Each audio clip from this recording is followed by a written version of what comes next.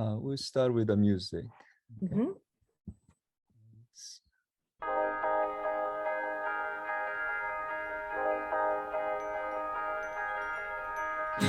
Who gave me life and took my loneliness away? Who's kept the light on back home every night and day?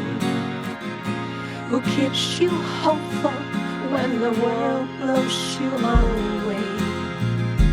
It must be Mama.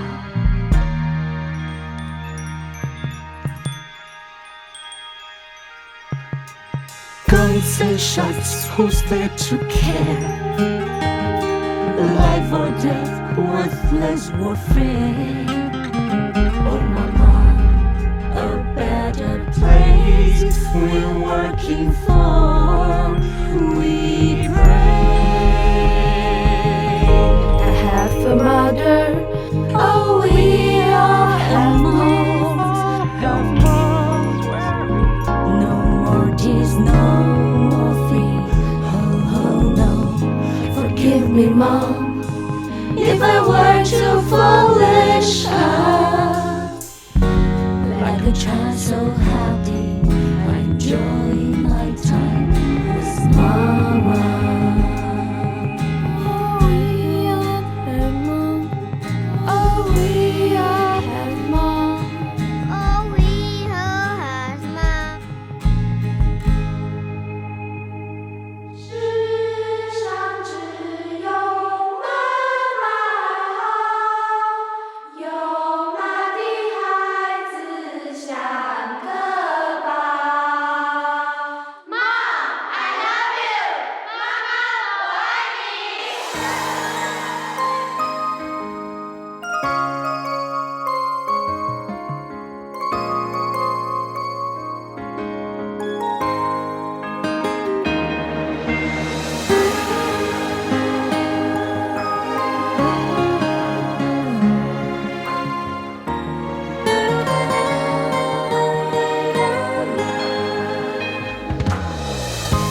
谁让我不是孤单的一个人？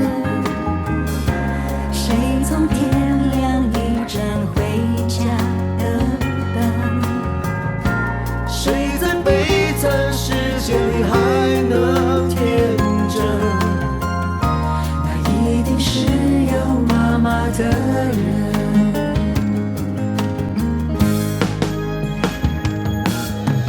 山坡下飘零小花，谁关心生死代价？哦，妈妈，祈祷世界化为幸福地方。我们都是有妈妈的人，不该让他们再有担心害怕。求原谅，一切都都是爱。现在像小孩一样享受着幸福，哦妈妈。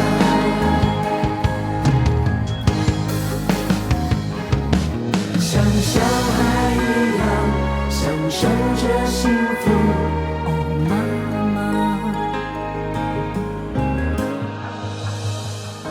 จะมีใครนะที่ให้ชีวิตคอยดูแลไม่ห่างแต่ไฟรอเธอกลับมาจะเช้าหรือเย็นในคืนที่หนาวใครกันคอยให้ไออุ่น It must be Mom who loves you always ใครที่คอยขอพรให้เธอทำสิ่งที่ดีจะเช้าหรือเย็นแค่ไหนก็พร้อมให้เธออุ่นใจเป็นกำลังใจให้เธอทุกเวลา It must be Mom who loves you always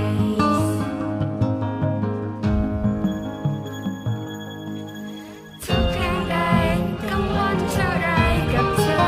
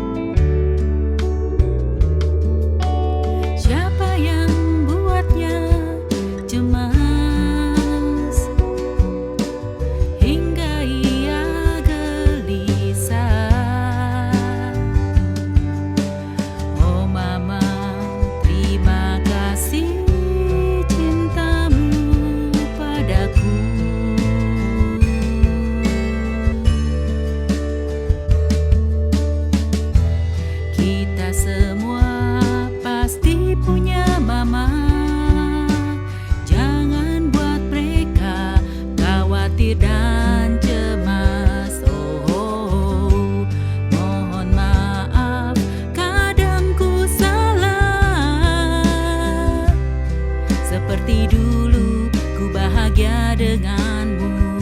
Oh mama, mohon maaf, kadang ku salah. Seperti dulu ku bahagia denganmu. Oh mama.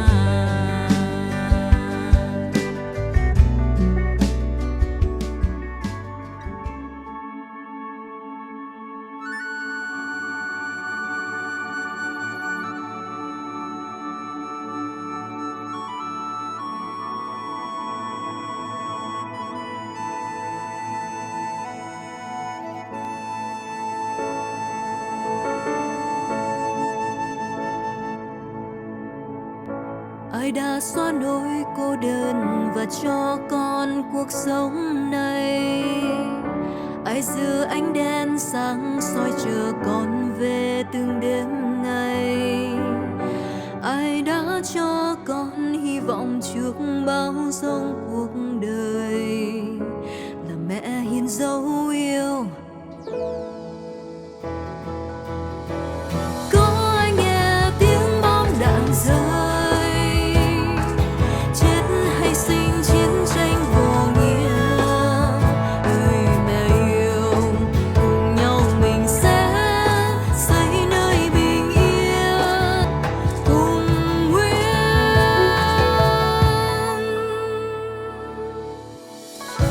Tôi có người mẹ yêu, chúng ta đều có mẹ. Xin chớ mang nỗi buồn và giọt nước mắt ưu phiền về cho mẹ.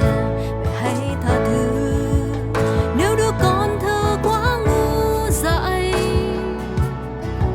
vì đứa trẻ ấy trong con hạnh phúc mỗi khi bên mẹ.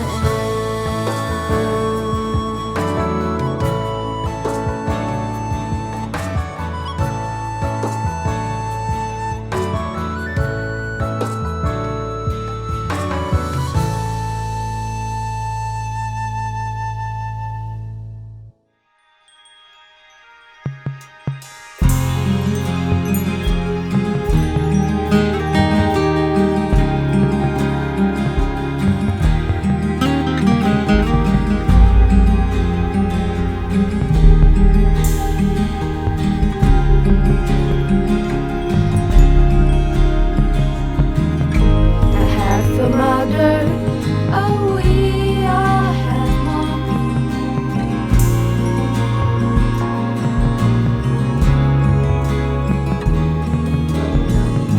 Forgive me, mom, if I were to foolish her.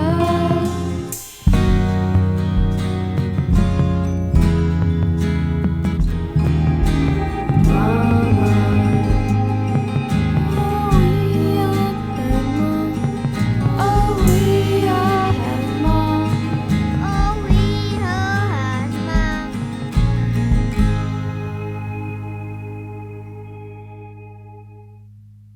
Somehow it just stopped, and since Venerable Ajahn is not here right now, he's in a kind of remote area, so sometimes he can't make it, possibly today. But anyway, welcome to Dharma for Peace gathering, sharing the insight and prayer for the peace building and celebrating UN Interfaith Day of Peace 2022. Originally, this was planned actually the International Day of Peace, which is September 21st. But yet, because of some conditions changed, so you have to change. I guess the changing nature is a part of the Buddhism that we're talking about. So anyway, so welcome. And some of the people who are joining is the good morning, sometimes good afternoon, and good evening.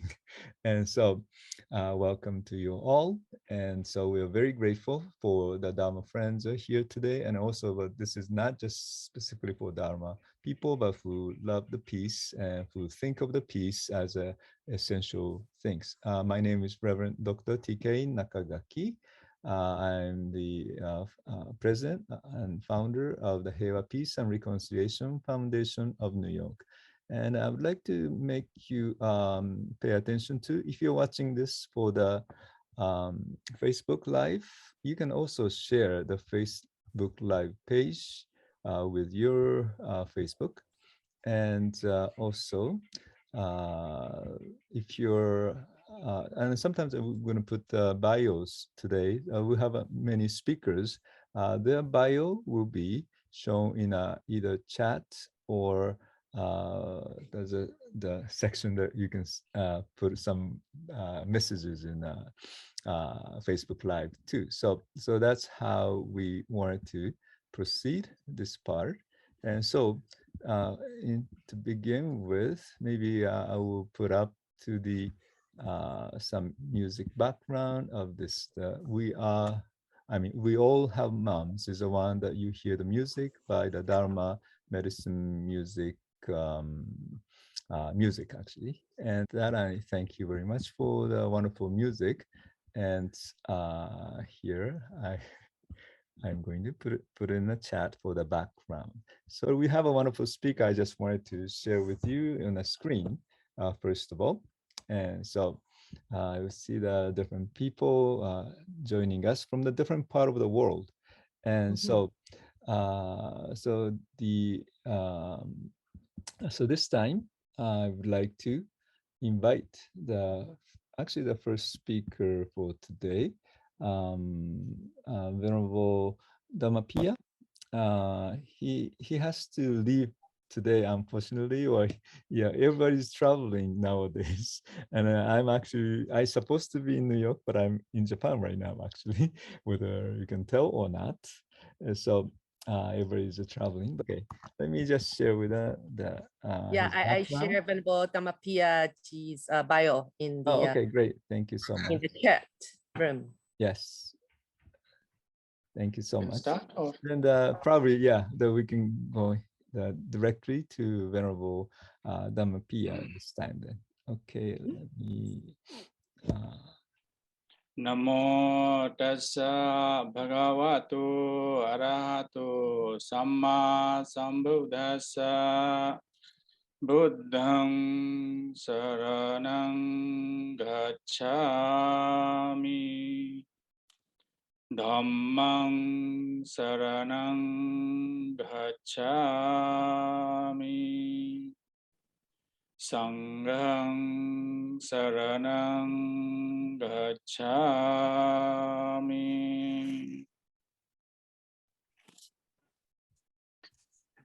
Greetings to you all from International Buddhist Confederation, New Delhi, and India, the land of Buddha. Most Reverend Dr. T. Kenjitsu Nakagaki ji, Dr. Christie Chang ji, Reverend James, Venerable Prashil-Ratna Gautam ji, Dr. P.R. Ratna Mahajan ji, Roshani Shenazz ji, Venerable Dr. Sobhita ji, Sherab Wong ji, brothers, sisters, and friends in Dhamma, everyone, on this special occasion when we are celebrating the International Day of Peace, I wish you all peace of mind. The topic today we have selected is End Racism, Build Peace through Dharma practice. What we have seen, heard in the music which was played, we all have moms. That is sure, nobody can deny. We all are here on this planet Earth today because of our mothers. And the extraordinary quality, the unique quality of a mother is boundless, compassionate love and care for her child. So, when we are talking about racism, it is not actually the feeling of love and compassion of a mother towards other person, other people. It is rooted. The racism is rooted in a state of mind which is defiled state of mind, full of hatred, prejudices, animosity, ill will, misunderstanding, and also having a wrong, distorted worldview. So whether we talk about racism, or we talk about casteism, or we talk about regionalism, or communalism, or terrorism, whatever ism we talk about, these are actually dangerous for humanity, for human beings to live in peace and harmony. This ism, what I have just said, are dangerous. And we all look for peace, not suffering, not racism, not casteism, not terrorism, not regionalism, not fight or not war between nations or among nations. We don't want. Though we don't want, but things are happening against our will, our expectations. How and why? To look from the Buddhist point of view, Buddhist lens about these things, we can take the help of the full Noble Truth paradigm. The first Noble Truth talks about dukkha, that is the suffering. So here, the racism is also dukkha, the suffering we don't want. Casteism is also suffering, terrorism is also suffering, all these are suffering, it's a dukkha. The first Noble Truth. Then second Noble Truth talks about the causes and reasons of suffering, the dukkha. So what are the causes and reasons of this racism, casteism, terrorism? And we find what I have said, the deep-rooted hatred. And it is not only deep-rooted hatred we have, which has been promulgated and which has been promoted deliberately by some of the people, groups of people or institutions, either knowingly or unknowingly, that these kind of things are causing instability globally and causing destruction globally in different areas. So now, next part is the third Noble Truth. Is there any way out from this kind of suffering of racism? That we all want to build peace for all of us. Yes, I would say there is possibility. As we find the racism as unexpected, dukkha, and we also know the reasons for that. And what is next to do is we have to create awareness to counter and remove this racism or the hate speeches being promoted by some people. Either it is in the name of superiority or inferiority reason, based on the skin color or how we look, our facial or physical appearances, or because we belong to a particular group of people or particular religion.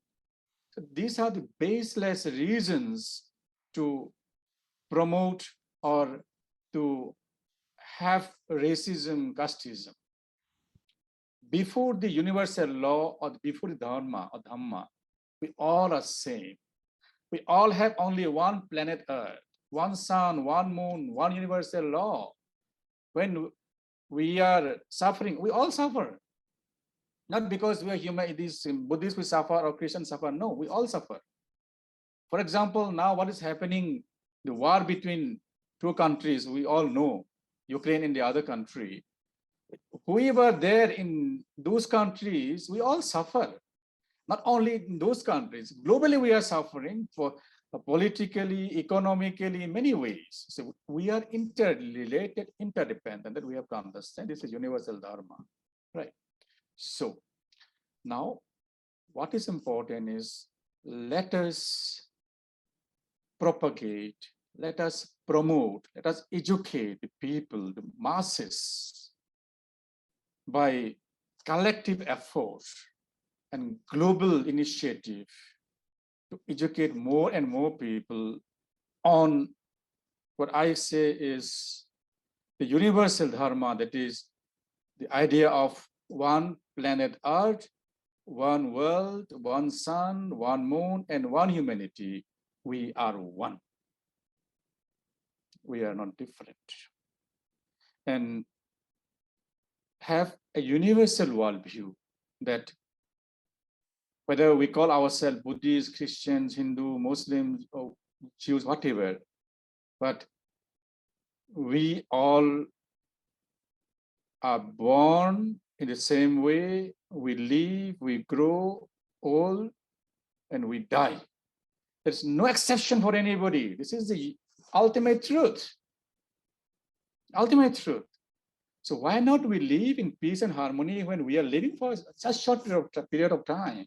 So understand this universal truth and then act on compassion and love, caring, like the mother who loves and care her only child. If we promote this compassionate love of mother towards all living beings, not only human beings, towards all living beings, animal, nature, everybody, and promote internal and external peace and harmony, I think the purpose of our conference or meeting together and discussion will have good impact globally. We have to really campaign globally to promote the idea of peace.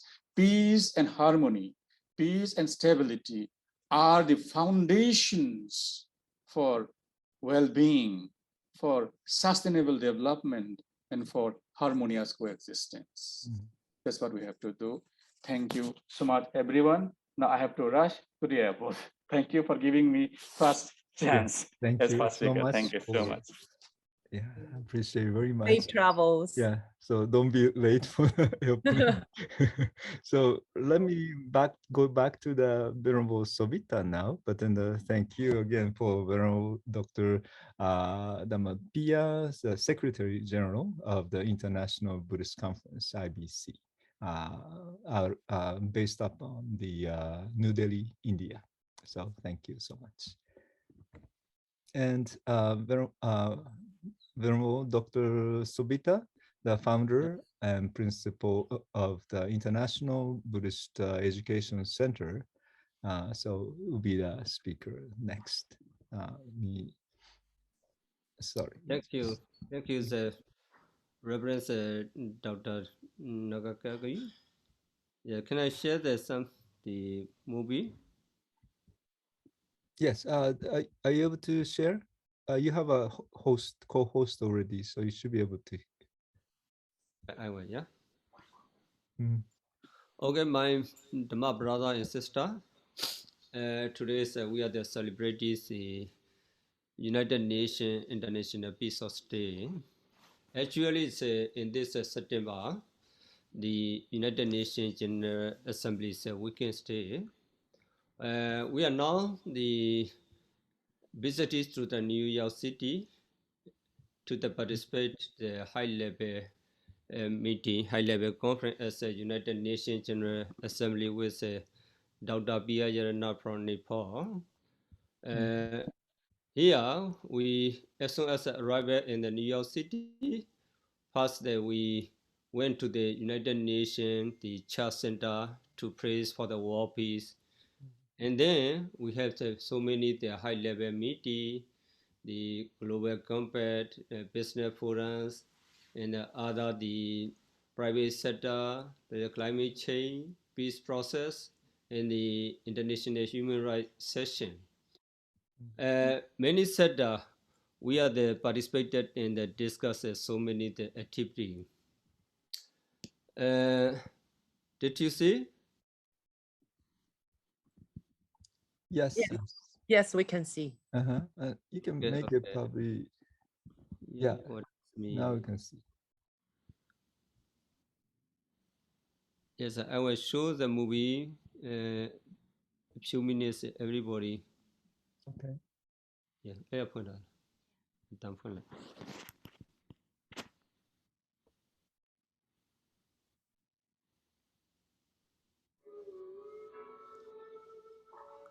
Can you hear voice also moving? Yes, yes. Okay. Cool.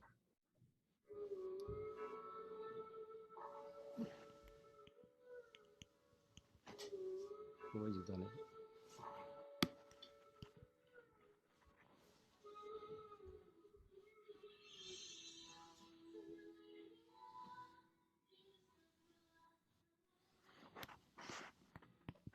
Mm.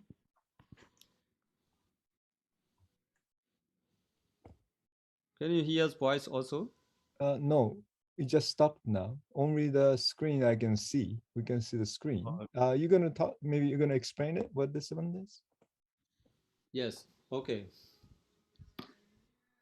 This is our the peace activity, and so many the peace events. I'm working in the participating. Here, this picture in the Myanmar, the university I contributes about the peace activity in peace process and the university the students. Nowadays, every country, every the nation, everywhere faces so many the challenges. Because of the political tension, the Dr. Dhammapiya Bandiji they contribute about Ukraine and Russia. And these are the Myanmar, the guy here. So many the monastery and the nunnery are donated much. And then there's a picture from Sri Lanka in the South Korea's peace event, peace activity. I have participated in so many activities around the world, not only the Burma, but also the Asia, Africa, in the United States also. This is the peace also activity.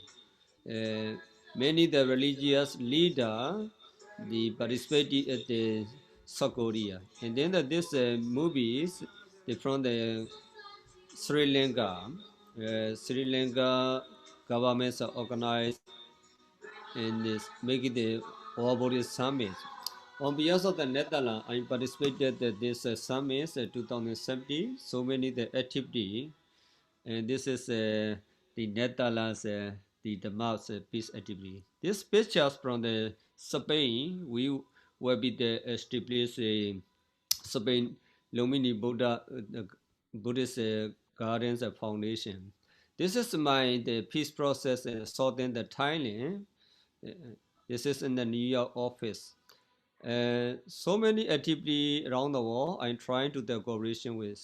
This is my university in India, Punjab University, Lumini Buddhist University. We are the cooperated with the each other, the Thailand's Buddhist University also. Actually, nowadays, many the thank you for that you are the watching the movies. Thank you. I will be contribute another session. I would like to bring kind attention to my native country, Myanmar. Myanmar has now the political attention very raised.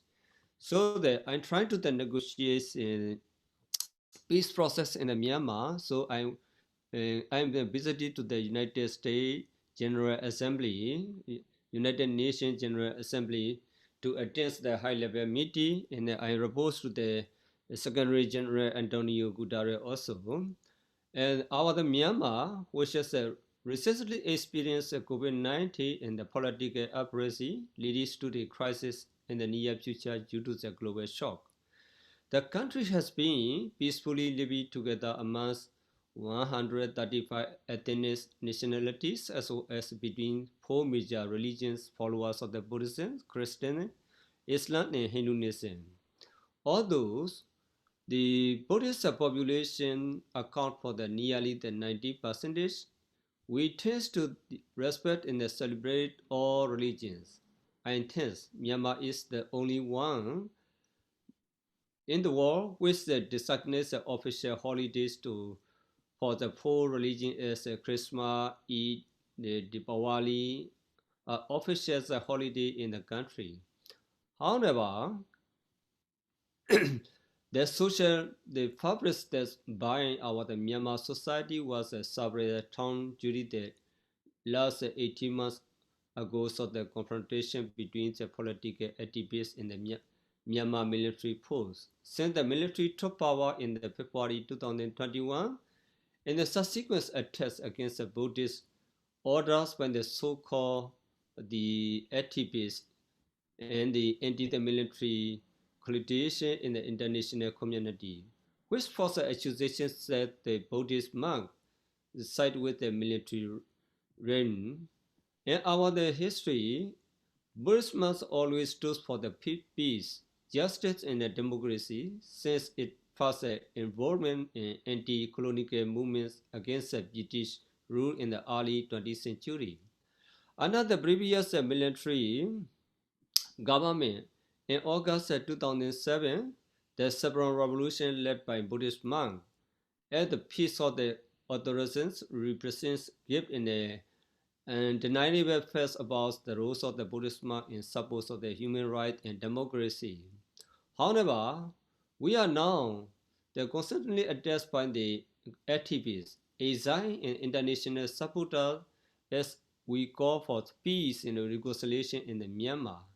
Meanwhile, they call for the total victory over the military government by wages a very violent war against not just the military unit but also an armed and innocent civilian.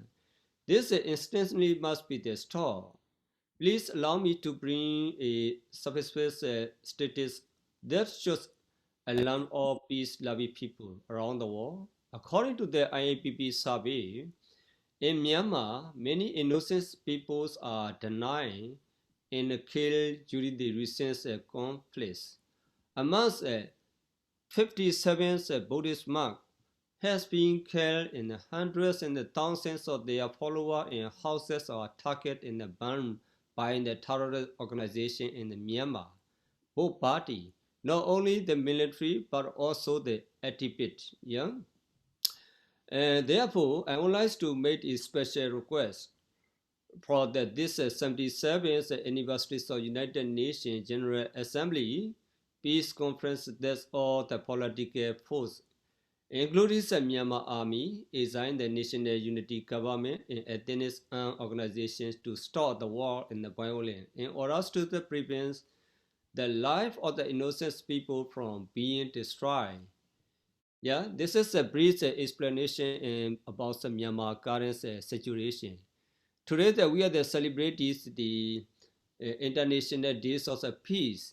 I have with the United Nations, the General Assembly, so everybody must be cooperated with me to the peace process, to get the peace process in Myanmar and around the world. Not only the Myanmar, Ukraine, and Russia also, they are now many problem. And the civilian, the innocent civilians are now facing many challenges. That's why let's contribute for the war peace in this International Days of Peace in the United Nations etc.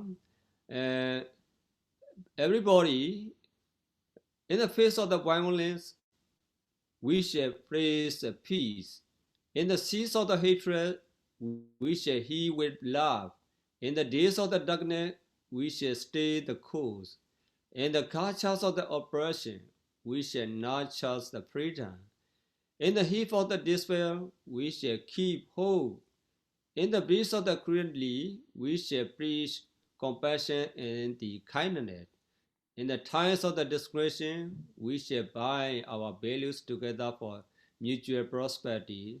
That's why may you all, my brother and sister, be free from any critical challenges in your daily life. May you all be happy and healthy with a happily and peacefully in our daily life. Please try to cooperate with the peace process in the future. Today is a very meaningful to organize the celebrations of the International Days of Peace. Thank you, everybody. Thank you, my brother and sister. Thank you so much. Thank you. Appreciate it, Venerable Sobhita. From here, I would like to ask Reverend James Lynch who take over. So I'll put also his bio here also. And so please take a look. Yeah, thank you. Nakagaki, did you want me to say some words, or did you want me to comment and bring in something? What would you like? Do? Yeah, okay. It's okay. Leave up to you. Okay, thank you so much. Hi, everybody. And first of all, I want to. That was really from Dr. Sobhita. You know, I had never seen that video. Very, very impressive. All the things that he's doing on behalf of world peace and trying to bring people together all around the world. Very, very impressive. So I wanted to say that was my first instinct.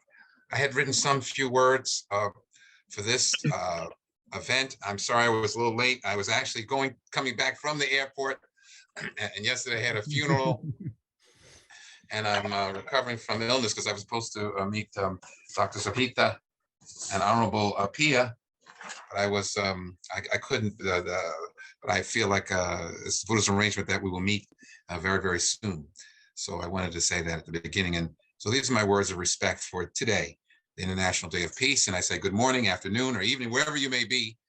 And welcome to today's gathering. Again, my name is James Lynch.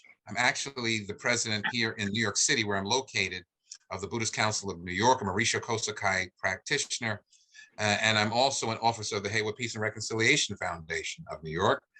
And I'm so happy to join with all of you to focus on this International Day of Peace, the theme of which is End Racism, Build Peace.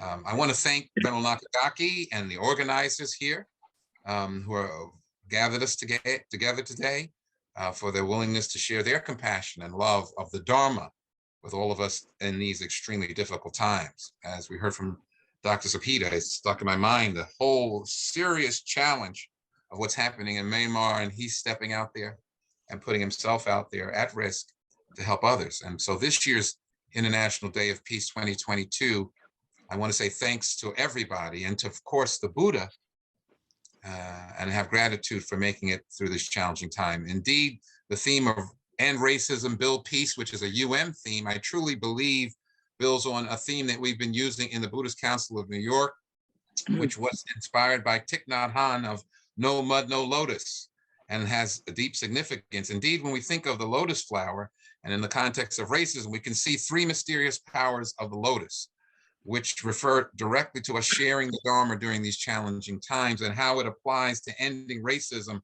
and building peace. First, the lotus flower represents enlightenment. Regardless of its dirty environment and muddy water in which it's rooted, the lotus flower skillfully rises above it all to bloom in beauty, facing the sun of tomorrow. And like you, it continues to rise. And hence, even in the muddy waters of racism, through our collective will of loving kindness and compassion, we can truly build peace. Second, the lotus flower also represents new beginnings.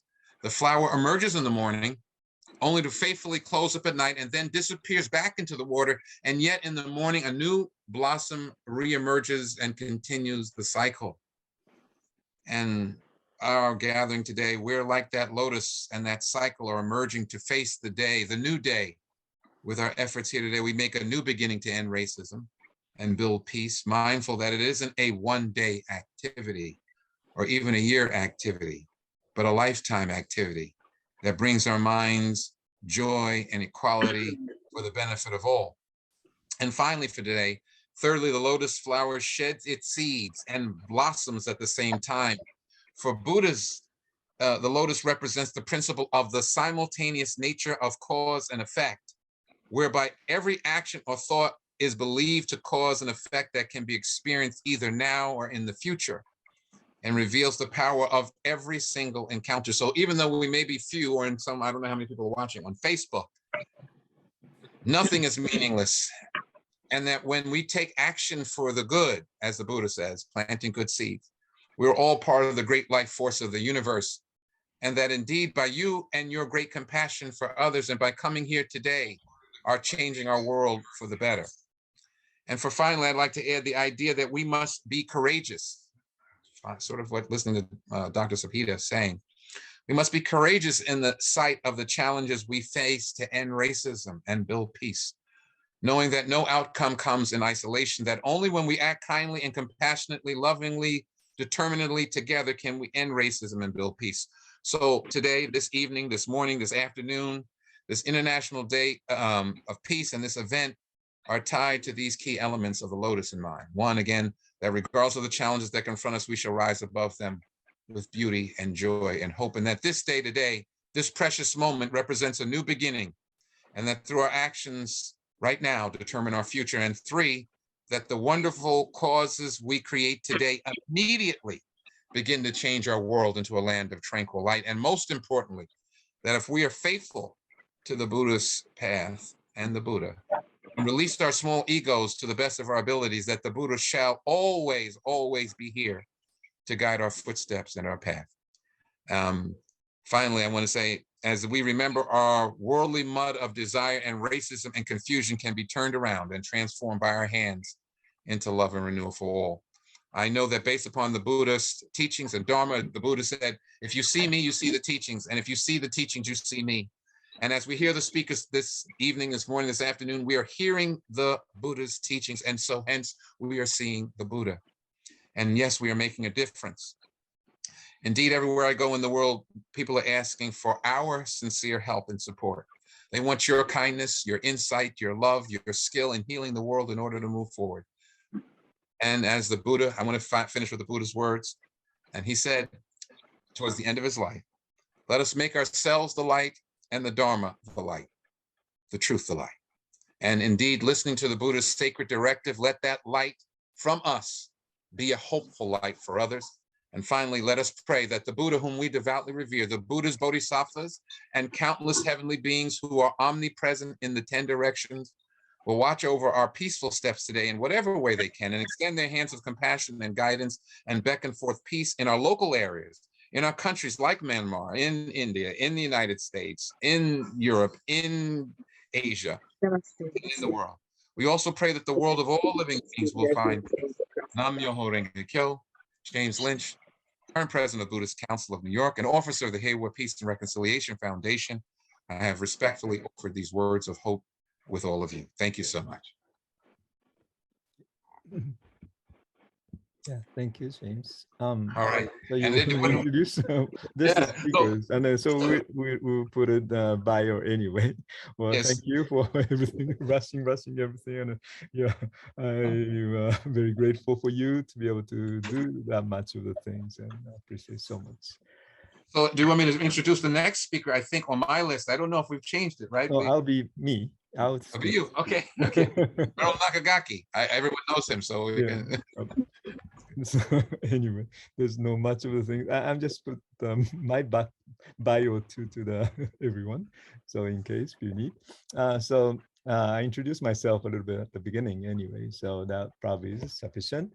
And because of the time things that we need to also be aware of, so I will just continue to my presentation for today.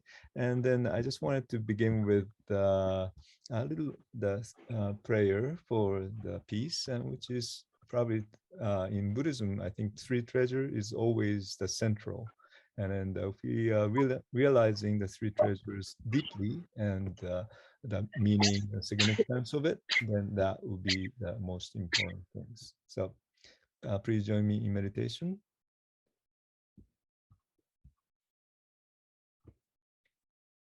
Buddham saranam gacchami, Dhamman saranam gacchami, Sangham saranam gacchami. Namo Kie Butsu, Namo Kie Ho, Namo Kie So.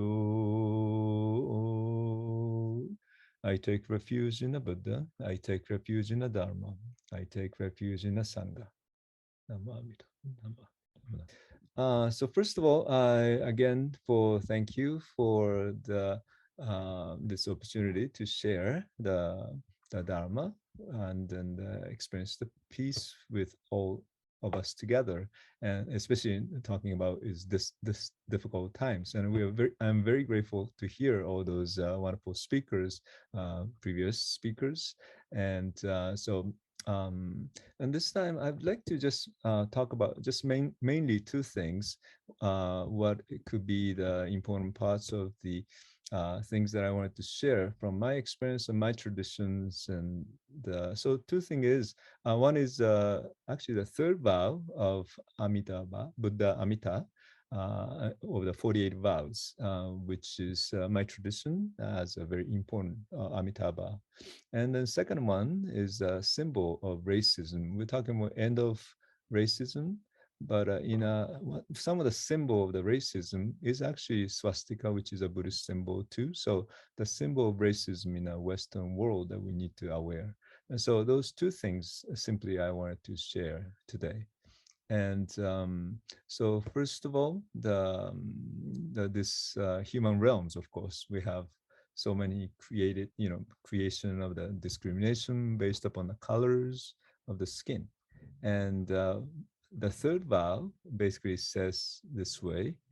Well, if I maybe just start a little Chinese or Japanese characters, 節が特物節が特物国中人伝風質新婚時期者風習小学 When I attain the Buddhahood, I will make all people endeavors in my world of enlightenment become golden color. So it's a very simple one, but it make promise the people in the world of enlightenment become golden color. Then what is a golden color represent? That's what I mean by our society is a lot of discrimination happens or racism happens by the skin of color. But here it says you become all the golden color. And so which means the enlightenment, from the view of enlightenment, we are equal, equally shining with the gold, with the ultimate value. And so the gold skin represent that. And so which means each life is really, really shining, right, with a golden color, like a sun color too.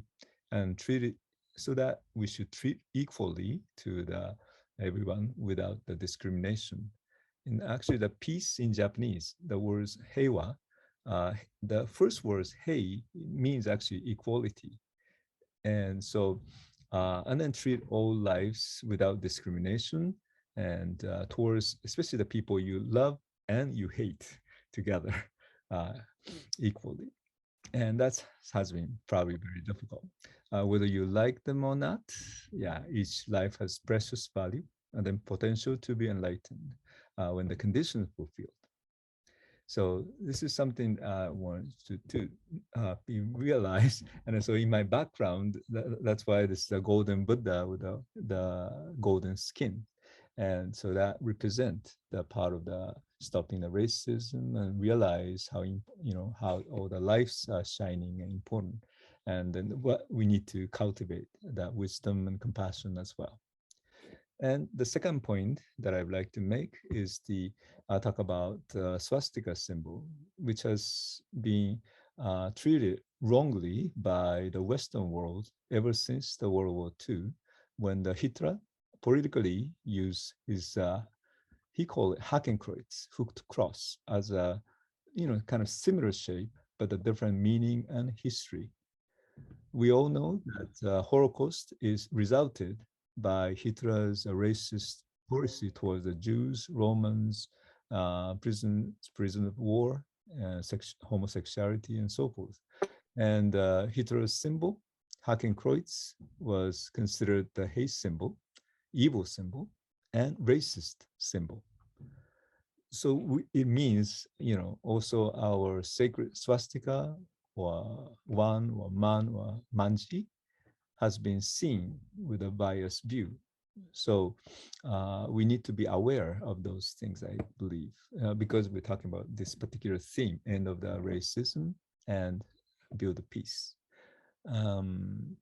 So even though our symbol has been used as an auspicious, good symbol, noble symbol for Asian continent, particularly Hindu, Buddhist, and Jains, and so so-called, Dharmic tradition, for over 3,000 years, and Western country damaged the symbol to begin with, and now this time still they're giving further damage.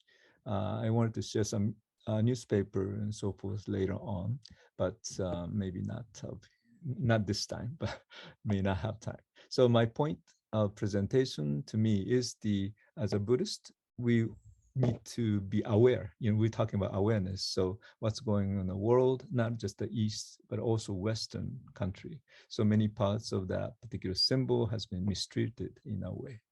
And even that's, over 80 years after the World War II, still they treated the symbol kind of wrong way. And so what we wanted to have probably is a right education, and so that people understand the differences, instead of mixed up with the two symbols, like mixing up with the sugar and salt, looks the same, the white powder, but yet, the taste is very different. And so that same as this too. So is my conclusion. I just wanted to share short the video. It's actually less than 5 minutes. So I hope that's about the manji, actually the swastika parts of the symbols. So how we treat the symbol very differently. And this is what I have. So let me share the screen, and so hope you can enjoy.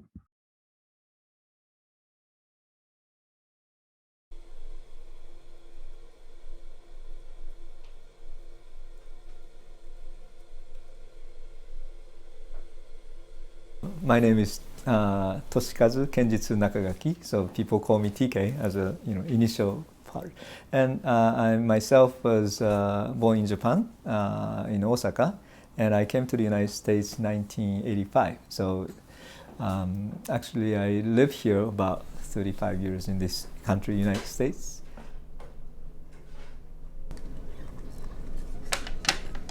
Right now, it seems like in terms of swastika or the Hakenkreuz, we just need a little more information available so that people can read and see. 一応じゃあここにあるその曼荼っていうのは基本的には仏教のシンボルっていうような形で考えても全然問題はないっていう形。Pretty shocked to see it here, to be honest with you. I didn't expect it to be in a temple of all places, or a shrine. I think just because it has such a negative connotation. 140年ぐらい前に、関東地域の かなり広範囲の地図を作りました。その時に地図記号を定めております。その最初の時から曼荼の記号をお寺に使ってございます。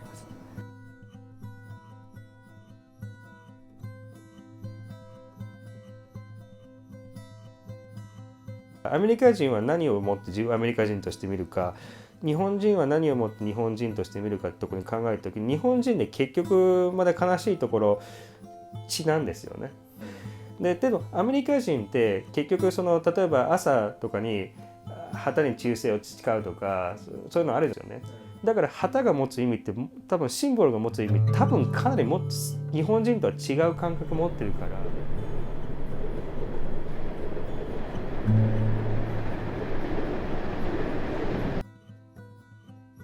もう3000万人の外国の旅行者が日本に来ていただいてますし、オリンピックに向けておそらく数はどんどん増えていくと思います。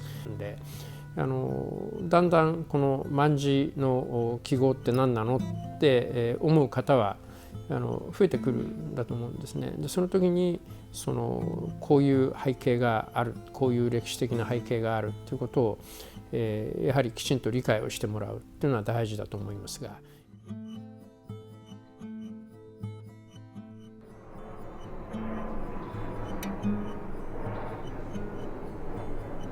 Symbols require us to be careful. Hate crimes here in the city have increased immeasurably in the last couple of years, and now the swastika is being painted in all kinds of places. So I think it's important, particularly for Buddhists and perhaps more generally for many Asians, to understand what a provocative and negative symbol it is when used as part of white supremacy, white nationalism, anti-Semitism. It was used as a trademark, or at least a supplementary mark for many products, because in history it represented good fortune, good luck, the four seasons, any number of more deeply symbolic and or spiritual things. But to try and convince people who still are bearing the scars of that use of swastika, because whether Hitler called it that or not, if the last thing the person you love most in the world experienced was a person wearing that symbol, blowing their brains out, what they called it doesn't matter. It doesn't matter. To them, it doesn't matter.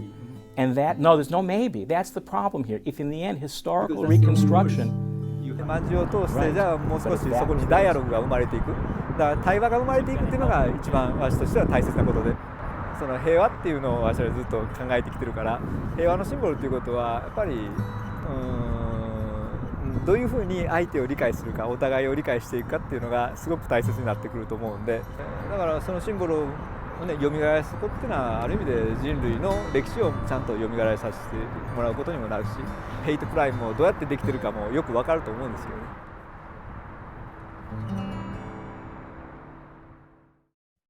Yeah, so thank you very much. James, are you there? Wow. Yes, I am. So who is next on our list that you had? All right. Do you have is it Sherab Wong? Doctor. I think it's Christie. Yeah. Christie. Yeah. Yeah. Right, we don't know she's. I'm raising my hand. How are you doing, Christine? It's good to see you again. It's good to see you. How are you doing? Thank you. I'm doing well. Thank you very much, Reverend. So I just go ahead. Yes, just let me review myself first. Okay. Good evening. Greetings from Taipei, Taiwan. Amitofo. And since James was talking about lotus, here you are. A lotus for you, for all of you here, for all those who are online with us and those who are not online yet. A lotus for you, a Buddha to be. I'm stealing that from Venerable Thich Nhat Hanh. All right, we are all eventually going to be Buddhas anyway, right? According to the Lotus Sutra. So I will not speak much because the song that I have offered already took the first 10 minutes. And thank you very much, Reverend TK, for giving us this opportunity to share that song, which really speaks directly to our theme today, right? And racism, build peace. And the song, We All Have Moms, actually like Venerable Dhammapiya ji very quickly caught it, right? We all have mothers. So why fight? You know, it's a very simple fact that we have to recognize and we have to remember so that we will stop harming each other. And that song originated from Taiwan. The original songwriter and lyric writer was brother Ian Wong. And I sang the demo in the very beginning in Chinese, which touched the heart of our recording engineer late last year. So our recording engineer thought, you know, why not we bring more singers to sing this song together? So in Taiwan, a group of 16 singers across, you know, like different areas actually, and across different ages, joined as volunteers to sing this song together. And because we are all volunteers, we didn't really have any budget to start with. We wanted to create an MV. So what to do with the MV? Well, why don't we start collecting photos with moms? That's why you're seeing all those beautiful photos with moms, helping us remember the good times with mothers. And also we are dedicating that to Mother Earth. And then it develops very quickly. You know, we were able to use that song. You know, I translated that into English and sang a demo. And then we managed to attract more singers. Our Indonesian, you know, sister translator, she also sings. So she created an MV out of it. And then it went to Thailand. You know, a group of the so-called international spiritual volunteers, a group of youth spontaneously joined to sing that song and also made their own MV because they want to say that, you know, we have all these mothers in their Dharma center taking care of them. So they want to share, they want to dedicate that to the Dharma center and all mothers and Mother, you know, Earth, peace. Again, that's the theme. And then it moved on to Vietnam. So you were singing in the beginning of this program in 5 languages. And eventually it was our Iranian director who's living right now in Taiwan that has put together these MV. And also he, you know, Mr. Ali has also created the English part of MV and jointly put them all together in this 10-minute song and MV to share with all. And it's still growing, you know.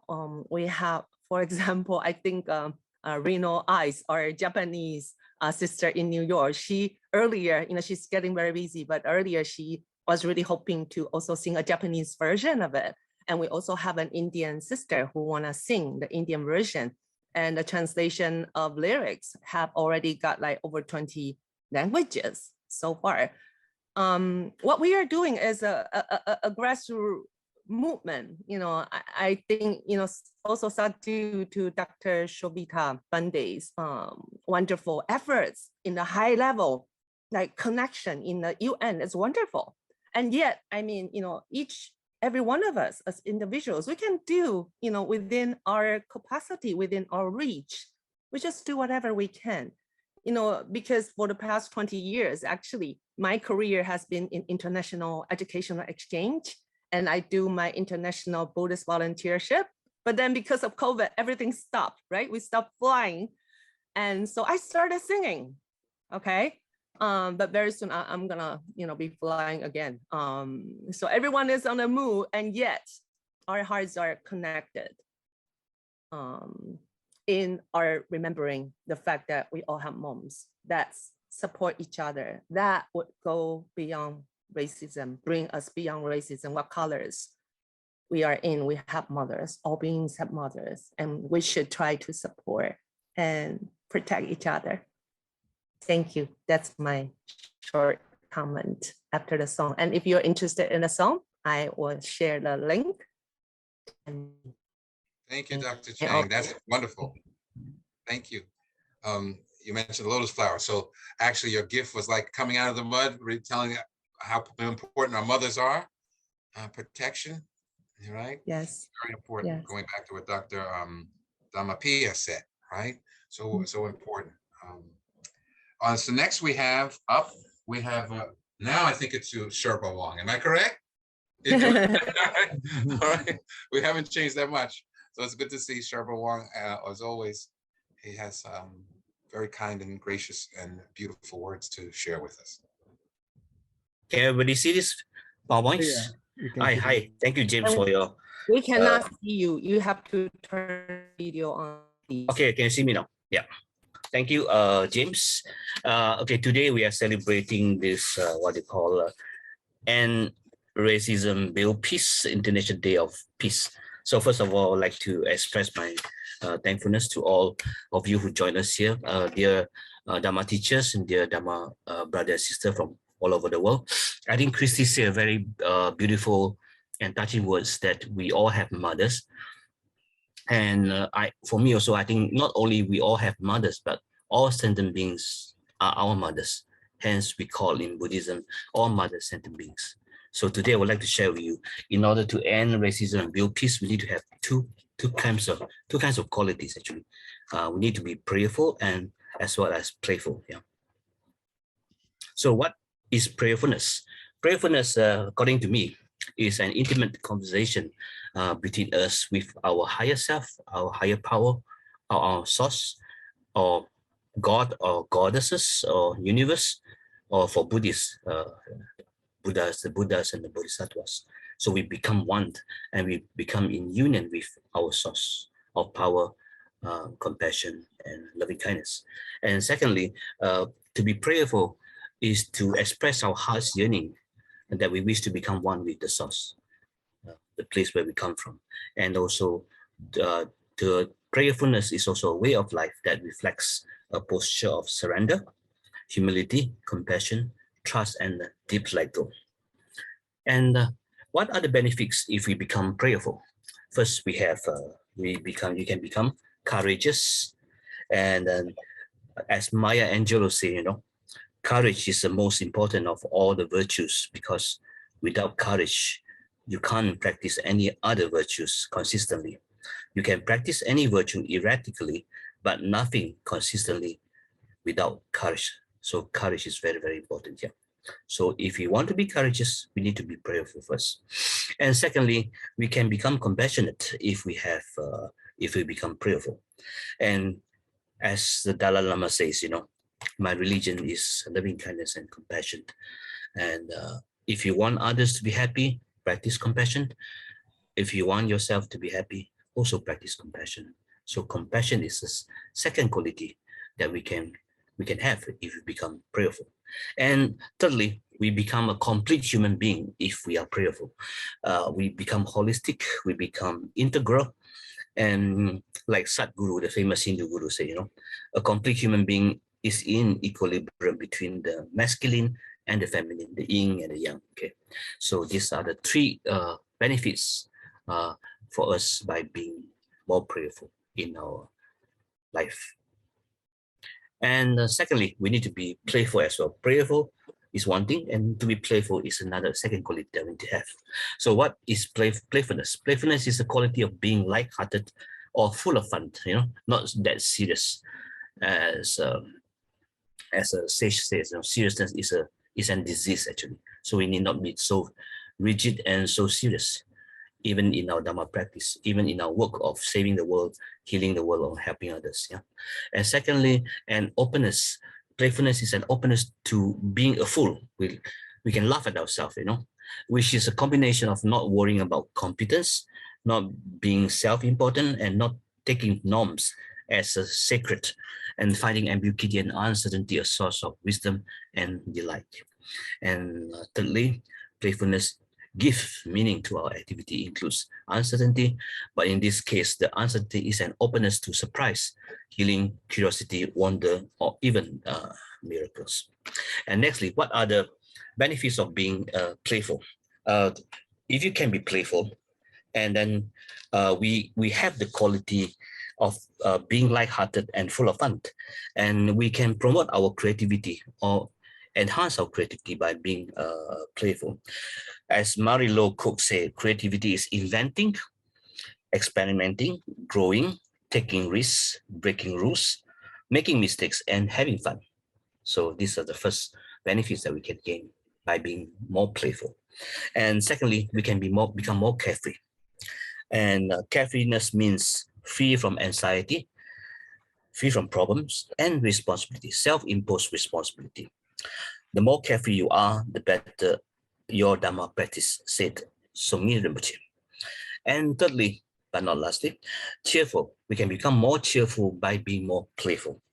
So the most certain sign of wisdom is cheerfulness. As Aristotle said, suffering becomes beautiful when anyone bears great calamities with cheerfulness, not through insensibility, but through greatness of mind. This is said by Aristotle. So last but not least, my conclusion is that prayerfulness and playfulness are the two wings of a bird, the bird in Buddhism that we call Garuda, great bird. And in this world full of suffering, like full of problems like racism and inequality, we need to be prayerful so that we can connect to our source. We can connect to all mothers and beings, and we are connected to all Buddhas and Bodhisattva. And we also need to be more playful so that in this world of magical display, Dharma neck of Indra, we can also help each other stay together and lend our hand to heal the world and to end racism, to build peace, and with radical compassion, creativity, lightheartedness, and great compassion. So I end my sharing today with a peace prayer. It's a 4 great vows. Sentient beings are numberless. We vow to save them all. Delusions are endless. We vow to cut through them all. The teachings of the Buddha are infinite. We vow to learn them all. The Buddha way is inconceivable. We vow to attain it. So may I be the wishing jewel, the vase of wealth, a word of power and the supreme healing. May I be the tree of miracles for every being, the abundant cow. And now, as long as space endures, as long as there are beings to be found, may I continue likewise to remain, to drive away the sorrows of the world. May all beings be well, happy, and safe. Thank you. Thank you. Thank you, Sherab Wong. I hope we heard what he said. Playful, lightheartedness, creative, carefree, and cheerful. Yeah. Right? I heard Thank you. I'm listening to you every time I listen. I learn something. Thank you, James. Thank you. Yeah. Yeah. All right. The next we have up is I don't know if they're here or they're not here. Are they? Yes, yes. She's here. Roshani Shenazz. Namaste, everyone. Good morning, good afternoon, good evening to all parts of the world. Thank you so much for having me here. To all my co-speakers, esteemed souls all across the world. This is Roshani Shenazz, and I'm extremely blessed to be a part of this event for peace, Dharma for peace. End racism, build peace. It is an honor to be here with each and every one to discuss the most intrinsic thing that we are all born out of, and that is love. Peace to me is being philanthropic, empathetic, affable, courageous, and an egalitarian human being who is being able to walk the talk at all times in creating the much needed transformation of peace that this world needs today. But we all want to save the world. We all want peace. The imperative thing for us to know, according to me, is that peace, love, harmony, all first begin from within. If we are not aligning to this from the inside, then our outside will reflect the same. Being anchored in love and peace is not just the duty to the world, as we say, but the first duty to ourselves. As Christine was saying, we all are going to be Buddhas. We all are Buddhas. A beautiful line of Meher Baba, my spiritual master, God, is that we all are traveling, words to effect, from unconscious divinity to conscious divinity. And in this entire game is where we have to display our divine love to all around us. It is to start looking into our daily life and to see where we can stop discrimination and racism. To stop laughing at jokes that directly or indirectly are, encouraging such behavior, and try to subjugate that with our living awareness of that inner power whenever we can. When we say we want world peace, we have to first, as charity begins at home, see around us. What are we doing in our daily life to end this? What am I doing in my daily life to stop this? Where is it that I'm creating discrimination around me? Where is it that I'm playing the card of racism? All of this has become a matter of convenience for vested interests all across the world, and we all know it. We all are aware of it. But each one of us many a time sit by as to what can I do? I'm just an individual. But that power of one is what drives the world. If all the scientists, if all the bodhisattvas and everyone said, let somebody else come and do it, then we would be nowhere. So if we take up the onus and responsibility of what I have to do, then we will be a world population of whatever, 8 billion plus today that we are, of healed, empowered, courageous, harmonious, and loving human beings. Because love is, as I said earlier, the most intrinsic part of our being. We are love. But unfortunately, with all the dust and debris of hate, we are unable to exercise it. We are not able to put it into action. And that power lies within us. That power lies in my everyday breathing love into my life. And that's when we will be able to create a peaceful surrounding. And none of this work is selfless. As said by some wise words that I'd heard earlier, that all of this is selfish as well, because you and I are living in the same society. We are living in the same world. So if we are doing even so much, then it is as good selfish work as well, because I am going to benefit from the same. Just as Mr. Wong just shared as well, the prayerfulness and the playfulness. The balance of life is what we are missing today. I would like to read a few words on peace by Meher Baba. Humanity is not going to be saved by any material power, nuclear or otherwise. It can be saved only through divine intervention. God has never failed humanity in its dark and critical periods. The greatest danger to man today is not from any natural catastrophe, but from himself. It is not possible to realize human brotherhood merely by appealing to high ideals or to a sense of duty. Something more than that is essential to release human consciousness from the clutches of selfishness and greed. Today, the urgent need of mankind is not sects or organized religions, but love. Divine love will conquer hate and fear. It will not depend upon other justifications, but will justify itself. Just to think of it, that love does not need to justify itself to anyone, because it already is love.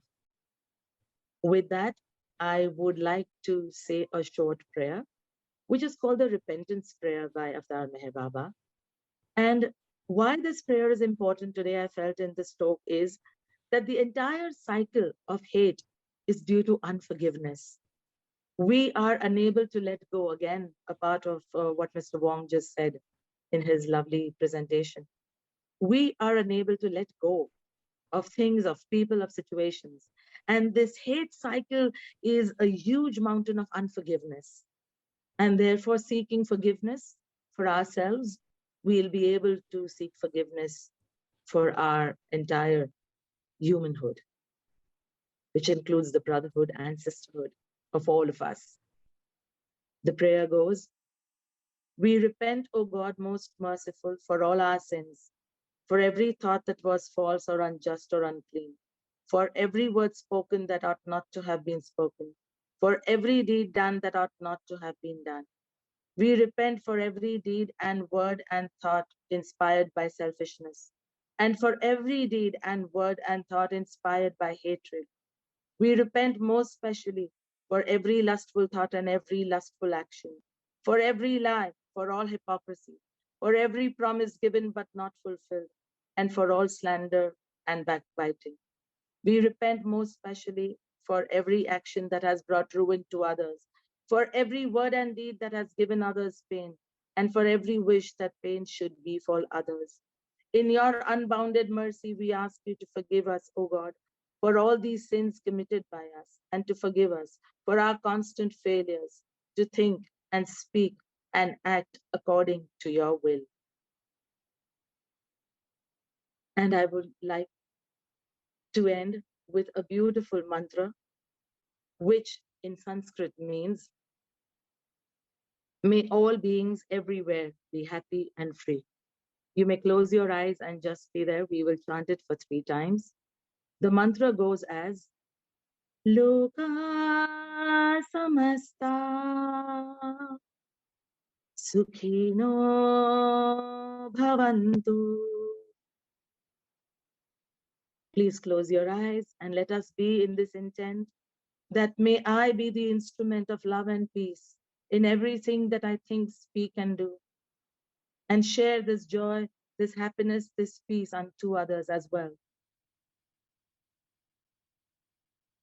Loka samasta sukhino bhavantu. Loka samasta sukhino bhavantu. Loka samasta sukhino bhavantu. This is one of the most popular chants today used in modern yoga and spiritual classes.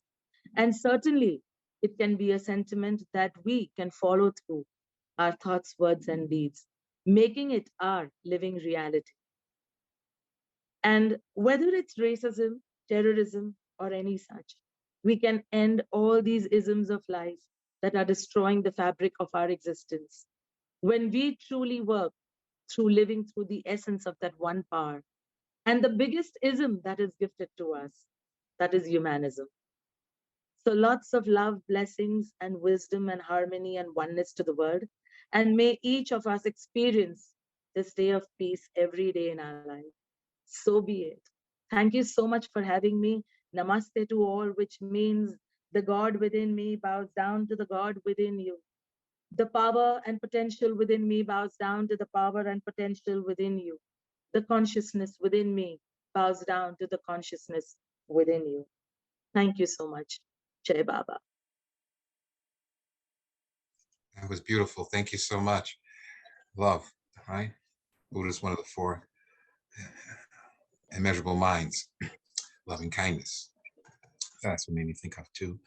James, you wanted to conclude somehow then our discussion? No. I think you hit some wonderful thoughts that everybody. I took notes. I took notes. We can have a couple, 10 minutes or so if you like, but I mean that's yeah. No, it's all right. We were past the time, but right. I just past the time that you had to have it. And I thought Roshani Shenazz's prayer was wonderful. I think it encapsulated, she touched on a lot of the things that people had said. I thought that she was encapsulated the idea. She brought a sense of peace, of wholeness, of harmony to the event. I think she listened carefully to Dr. Chang, Mr. Wong, even though I don't know if she was here when Venerable Dhammapiya spoke. But still, her words seem to mirror what he said about the mother, and even your concerns about, and of course, Dr. Sobhita, who's still here. I think he's still here. Sobhita, his words and his courageous activities with regards to what's happening in Myanmar. People are actually losing their lives, and yet he's still practicing at great risk to himself. So I thought that she sort of encapsulated what we were saying. And I was one of the things when I looked at her bio, she said she had channeled some things there. And I remember what came to my mind was that when I prayed one time, a little boy had said, the purpose of our lives we're like apple pie, and our goal is to get out of the crust to the sweet filling inside. And she actually triggered that memory that I had as a little boy from one time when I was praying. So I think that she did a wonderful job of doing what we needed to do. So Venerable Nakagaki, I would say, can you close us out in prayer? I think that would be wonderful. So finish with that then. Okay, so thank you again for everyone. And I think Pia is supposed to thank everyone, all the speakers. We have 9 speakers, and maybe I'll just, maybe I can show in a background. And so we've been showing a couple of times already. So I would like to, well, basically thank all of the people. You muted yourself. You muted yourself accidentally. Oh, yeah, I'd like to thank for those people who were able to make it, who were not successfully made it, you know, still somehow there, try to do the best that we can. I think that's very important message to, you know, we need to do the best we can all the time, and yeah, whatever available. So, oh, Bante Sobhita is also. I don't know how many I can do the spotlight. I realize I just, oh, I can, oh, now I can add it to you. Yeah, Okay, great, great. Thank you. So at least we have all the people who are still here and who spoke today is here in the screen. So we'd like to really thank for all of you and appreciate very much. And then of course, you know, the peace work is always continue. So never stop, but yet I think it's something that we need to do and we can do, and so hopefully, you know, our these thoughts and everything will bring the fruitfulness in our future generations and future for this earth too, human beings too. So with that, I would like to ring the bell a couple times. So I would like to please join me in Gasho. Place your palms together. Yeah, just simply meditate and so sit with your back straight and relax yourself. And follow your breath and attention, or be aware of the bell, bell for peace. So this bell can ring the peace of mind to everyone.